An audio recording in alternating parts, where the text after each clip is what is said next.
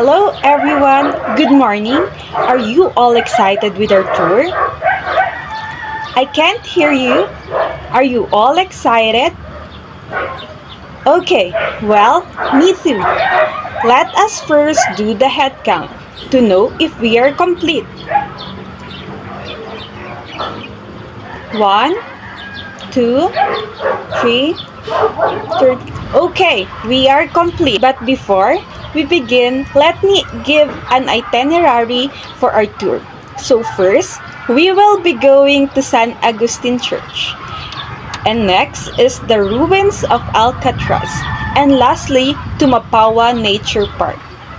In behalf of Adial Travel and Tours, I am Angelou, but you can call me Angel. I am your official tour guide for today, who will give you 7,107 reasons to smile. So I will be your companion for the rest of the day.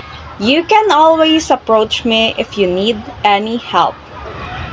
But before we proceed, there are some friendly reminders and safety precautions that I want you to know so that our tour will be smooth flowing and hassle-free. So kindly keep in mind my reminders. First, synchronize your time with my time so that no one will be left behind. The time with me is 9 o'clock a.m. Second, I have with me my whistle. If you hear me whistle once, that means we are going to line up in front of the bus because we are heading to our next stop. Third, I have with me a flag that I will wave to locate me easier. Fourth, I also have with me a first aid kit in case of emergency. And last, observe a body-body system. Walk in pair so that no one will get lost. So we are about to start our very exciting tour. We are now ready to go. May we have the final count? 1, 2, 3. So we have all in all 30 tourists or visitors plus me, your tour guide. Before we proceed, I would like to remind you all to wear decent clothing and avoid making loud noises as a form of respect to the holy place. So we are here to one of the famous tourist destinations and a World Heritage Site standing right in the heart of Paoay, the magnificent San Agustin Church, or also known as a Paoay Church. Paoay Church is one of the oldest churches in the Philippines. Having completed its construction in 1710, it was declared as a national cultural treasure by the Philippines government in 1973 and was then included in the list of UNESCO World Heritage Sites Collective Group of Baroque Churches of the Philippines in 1993. So my dear tourists, do you know what makes Paoay Church outstanding from other well-known churches around the country? Because its impressive pyramid-like structure considered as a primary example of the earthquake Baroque style of architecture characterized by its thick walls made from coral stone and bricks. Its striking feature is the 24 heavy batteries that placed on the church's site and back, which serves as a strong foundation against natural disasters such as earthquakes. That is why the Paoay Church still remains strong for over 3 centuries now.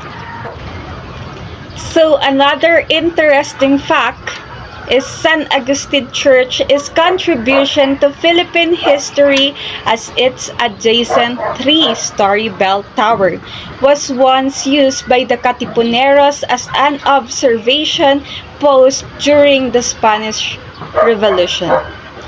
There is also a small sanctuary or prayer garden on the right side of the church called the Jardín de San Agustin. The regal stance of the church, green landscape surrounding the building, and the blue skies as background all combined makes the church a one-of-a-kind scenic attraction. Plus, it is near Paoay's famous restaurants such as Herencias and Smoke Bar restaurants. Before you leave the place, don't forget to buy pasalubong. The most famous pasalubong you'll find is cornic, a crunchy dipped fried corn nut snack. It is commonly garlic flavored, but can also come in a variety of other flavors.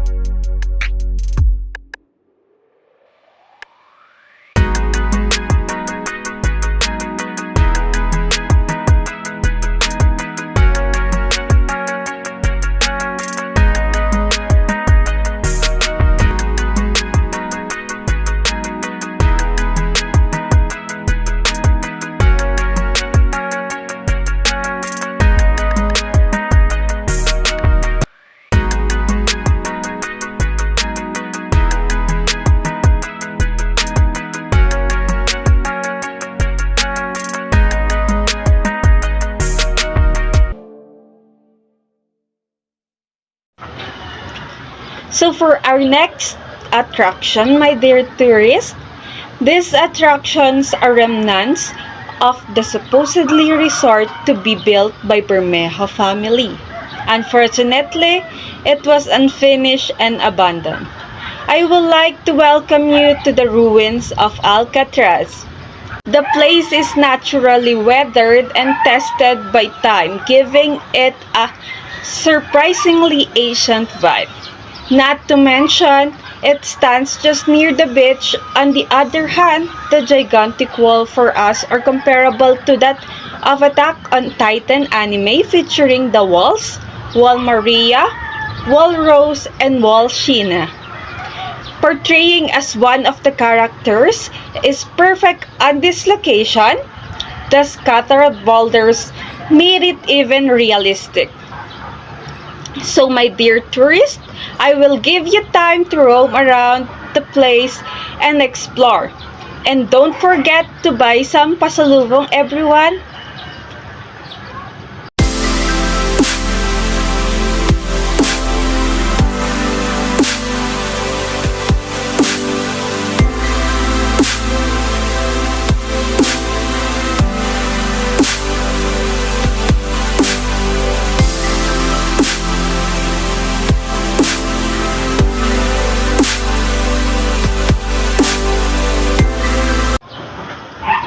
My dear tourist, have you ever dreamed of an adventure that is cheap and worth it? So I would like to welcome each one of you to our last destinations, the Mapawa Nature Park. A place where time stops and where conversations and conservations are its priority. Give yourself a satisfying, relaxing, and extraordinary, breathtaking, eco-friendly trip with just 30 minutes ride away from the city of Cagayan de Oro.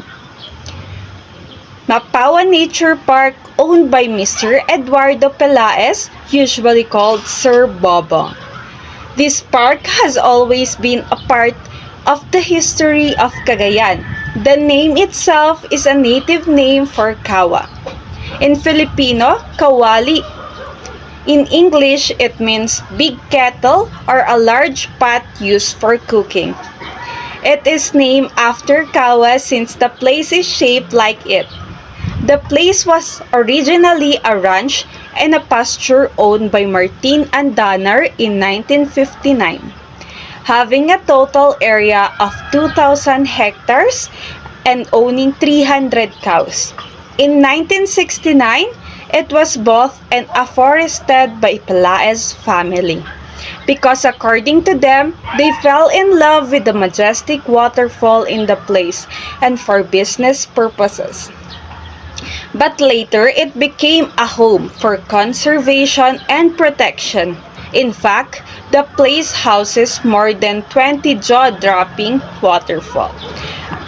Aside from waterfall, it also houses a lot of colorful and beautiful bird species, unique and heart-pumping mammals, and lastly, fierce but cute amphibians and reptile species. The place is still growing its area, and their only secret is leaving the nature alone and letting it nurture itself. So the place collects an environmental fee.